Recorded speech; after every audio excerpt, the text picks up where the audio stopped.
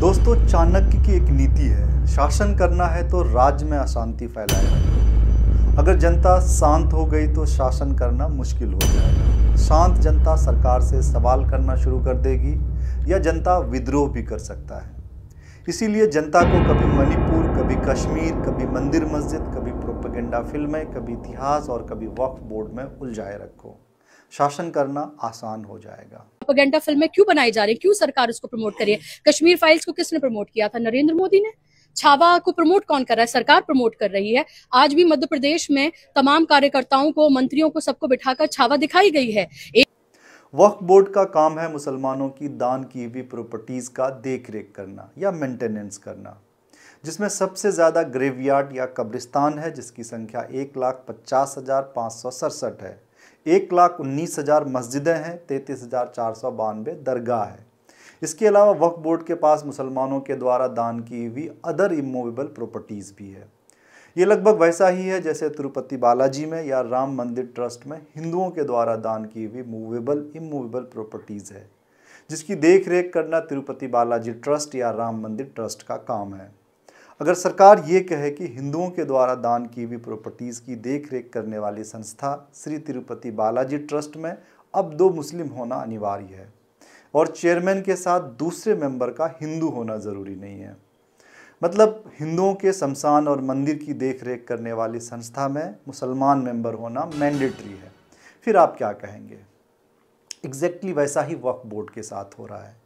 वक्फ board में 2 Hindu member होना अनिवार्य है। इसके अलावा वक्फ बोर्ड का चेयरमैन एक मंत्री होगा, जिसका मुस्लिम होना ज़रूरी नहीं है। तो बाय डिफ़ॉल्ट वक्फ बोर्ड का चेयरमैन भी हिंदू होगा, क्योंकि बीजेपी सरकार में कोई मंत्री मुस्लिम नहीं है।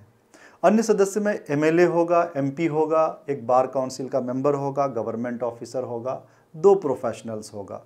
इन सभी सदस्यों का मुस्लिम होना ज़रूरी नहीं है। और इस बोर्ड में 4 मुस्लिम होगा, जिसमें 1 मुतवल्ली, 1 इस्लामी स्कॉलर, 2 पंचायत या म्यूनसिपैलिटी का मेंबर होगा। अब वक्फ बोर्ड की इस संरचना को देखिए। आप सोचिए, ऐसा हिंदुओं के द्वारा दान की हुई प्रॉपर्टीज़ के देख रेख करने वाली संस्था में हो तो फिर आप क्या कहेंगे? सरकार ने इतनी चालाकी से बिल को क्राफ्ट किया है कि आम लोगों को लगता है कि इसमें सिर्फ 2 सदस्य हिंदू होना मैंडेटरी है, लेकिन दरअसल 11 में से 7 हिंदू सदस्य हो सकता है। और पुराने बिल के अकॉर्डिंग वक्फ बोर्ड का मेंबर इलेक्टेड या नॉमिनेटेड दोनों होता था, लेकिन अब नए कानून के अनुसार सारे मेंबर नॉमिनेटेड होंगे, जिसे सरकार नॉमिनेट करेगी। वक्फ बिल लाने से पहले सरकार ने वक्फ पर कई फॉल्स नैरेटिव बनाया और आज भी ये कहा जा रहा है कि वक्फ बोर्ड जिस ज़मीन पर हाथ रख दे वो वक्फ का हो जाता है। वक्फ की कुल ज़मीन में से 7% पर गैर कानूनी कब्जा है, 2% पर केस चल रहा है, 50% ज़मीन लापता है, मतलब 50% ज़मीन का कुछ पता नहीं है कि वो कहाँ है। बाकी 40% से कम बचे हुए ज़मीन में से 17% पर ग्रेवयार्ड है, 14% पर मस्जिद है, 16% पर एग्रीकल्चर लैंड है। वक्फ की सबसे ज़्यादा ज़मीन यूपी में 27% है, वेस्ट बंगाल में 9% है, पंजाब में 9% है, इसी तरह से 2-3% करके अन्य राज्यों में भी है। एक फॉल्स नैरेटिव ये भी चलाया जाता है कि दुनिया में किसी भी मुस्लिम कंट्री में वक्फ बोर्ड नहीं है, जबकि यूनाइटेड अरब अमीरात, इंडोनेशिया, मलेशिया, बांग्लादेश जैसे कई देशों में वहाँ के कानून के हिसाब से वक्फ बोर्ड है। अब सरकार ऐसा क्यों कर रही है? इसके पीछे कई कारण हैं। जाने माने अंतर्राष्ट्रीय मीडिया के अनुसार भारत सरकार मुस्लिम के द्वारा दान की हुई प्रॉपर्टीज़ को लूट रही है। एक्सपर्ट का कहना है कि इसी साल जनवरी में मंदिर बढ़ाने के लिए उज्जैन में वक्फ की 5.27 एकड़ लैंड को सरकार ने एक्वायर किया था, जिसमें से 250 प्रॉपर्टीज़ को बुलडोजर से ध्वस्त किया गया था, जो भविष्य में आने वाले एक बड़े पैटर्न की ओर इशारा करता है। नए कानून के अनुसार सरकार के कब्जे वाली सभी प्रॉपर्टीज़ वक्फ की नहीं रहेगी।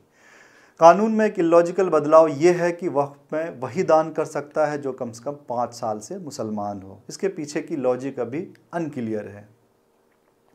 ऐसा नहीं है कि वक्फ की स्थिति खराब नहीं है।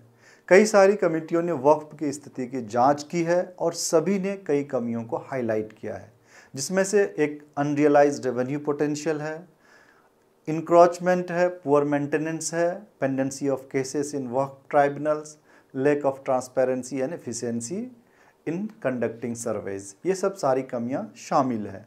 मिलते हैं फिर इसी तरह के कुछ अपडेट के साथ। तब तक हमारे चैनल को आप लाइक कीजिए, सब्सक्राइब कीजिए, ज़्यादा से ज़्यादा शेयर कीजिए और हमें ज्वाइन भी कीजिए ताकि हम आप तक इंडिपेंडेंट और ऑनेस्ट रिपोर्टिंग पहुंचाता रहें।